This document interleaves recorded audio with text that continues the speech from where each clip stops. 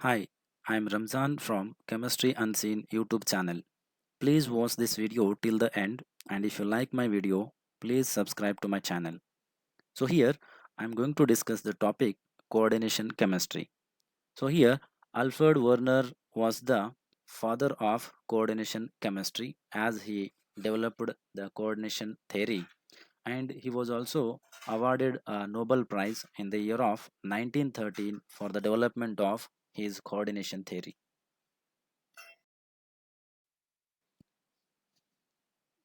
Next, we'll start with some basic introduction part.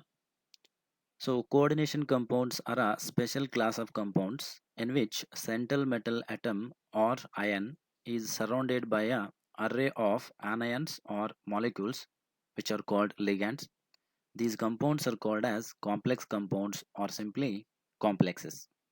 In coordination compounds, the central metal atom is surrounded by a fixed number of anions or neutral molecules.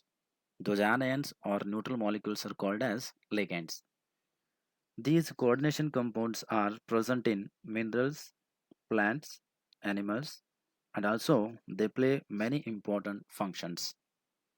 Some biologically important coordination compounds include hemoglobin, which is a coordination compound of iron, chlorophyll is a coordination compound of magnesium, and vitamin B12 is a coordination compound of cobalt.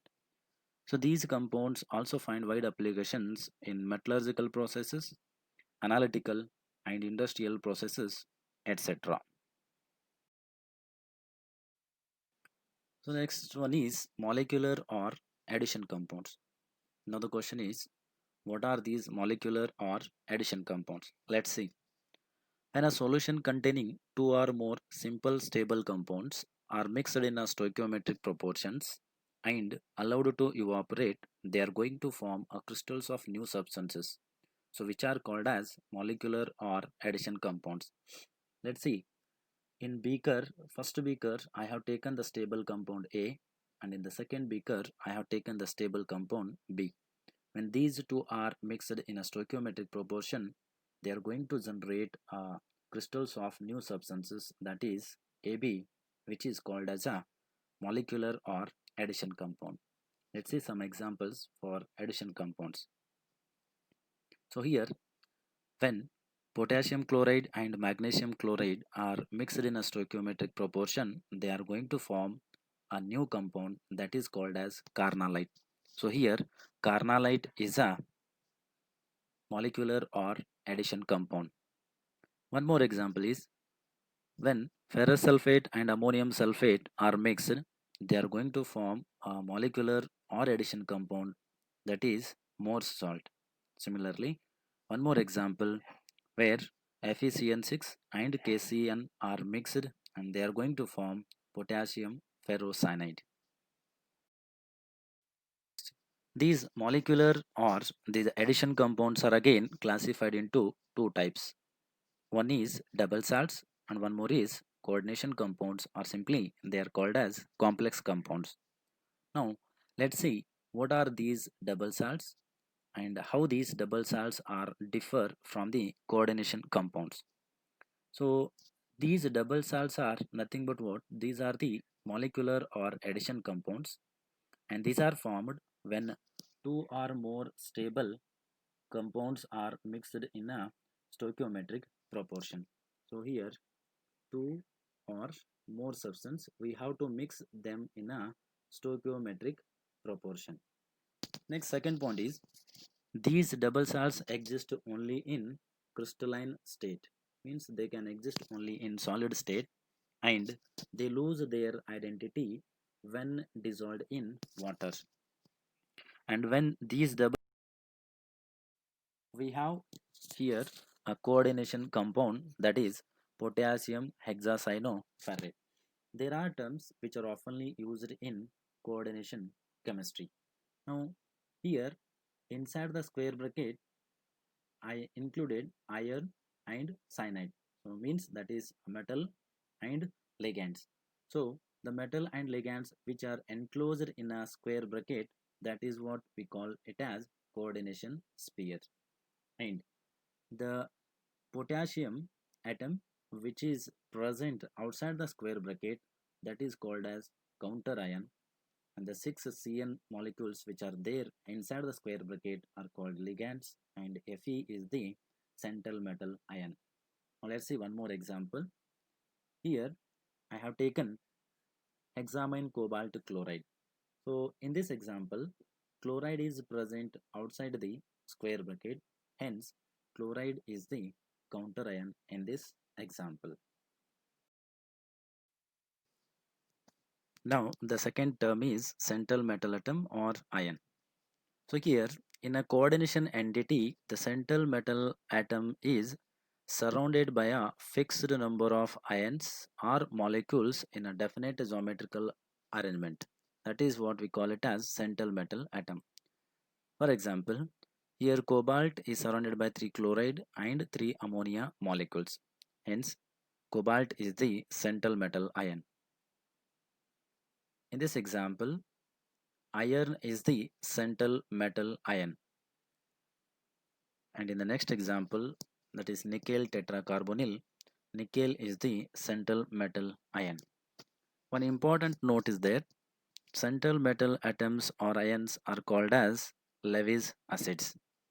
Now the question comes in our mind, why these central metal atoms are called as Lewis acids? It is because the central metal ions are having vacant orbitals, and when they are going to form a coordinate bond with the ligands, they are readily accepting the electrons donated by the ligands. Hence, any species which accepts the pair of electrons is acts as Lewis acids. Similarly, central metal atoms are also acts as a Lewis acids. The next term is ligands. The word ligand is mainly derived from the Latin word ligare, which means to bind. So the group of ions or neutral molecules which are directly linked to the central metal atom or ion by a coordinate bond in a coordination entity is called ligand. So any substance which acts as a ligand should possess lone pair of electrons for the donation. Now in the example, when the copper combines with the ammonia, so here ammonia, nitrogen is having lone pair of electrons, so nitrogen donating the lone pair of electrons to the copper metal ion, it is going to form a complex CuNH3 2 plus. Similarly, one more example, Fe2 plus combines with a 6Cn minus ligands and is going to form a complex compound.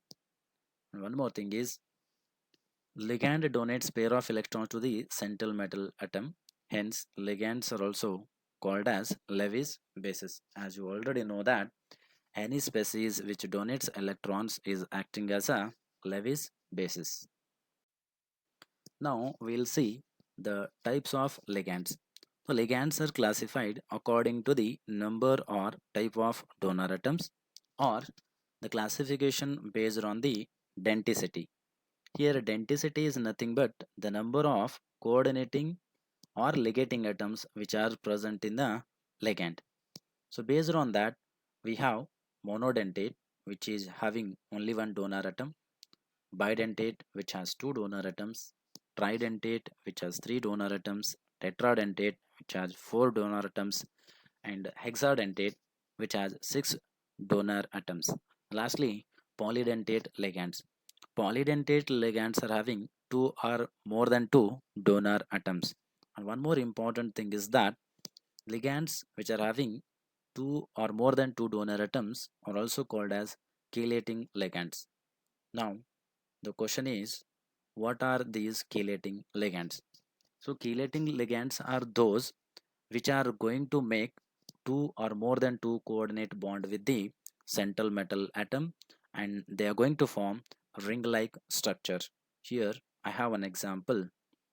See, so ethylene diamine, when it is going to combine with a cobalt, so it is going to form a ring-like structures. Hence, ethylene diamine is a chelating ligands. So in the next video, we will discuss about these types of ligands and their respective examples. Thank you for watching this video. If you like my video, please subscribe to my YouTube channel. Thank you.